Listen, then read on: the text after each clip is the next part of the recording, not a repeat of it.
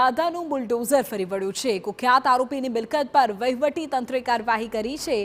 હુસૈન ગુલામબદ શેખની મિલકત ઉપર આ બુલડોઝર ફરી વળ્યું છે।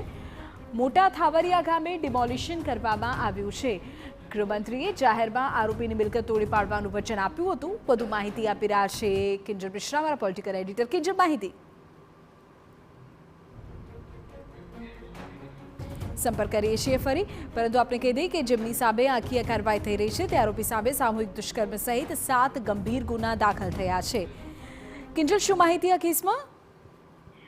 देखो, जामनगरनी बात करवामां आवे तो ए एक जाहेर मंच उपरथी पण गृहप्रधान हर्ष संघवीए कीधुं हतुं के जे पण गुनेगारो छे ते गुनेगारोने छोडवामां नहीं आवे, तेમને सबक छे ते शीखवाडवामां आवशे।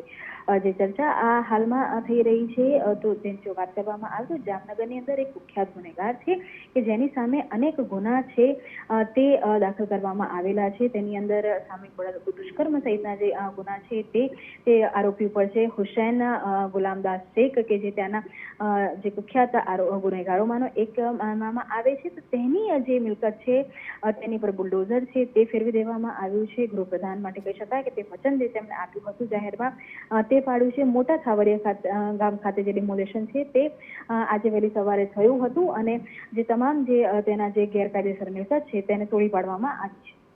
આભાર કિંજલ, તમામ માહિતી બદલ। તો ગેરકાયદેસર મિલકતો પર બુલડોઝરની આ કાર્યવાહી, જામનગરથી સમાચાર।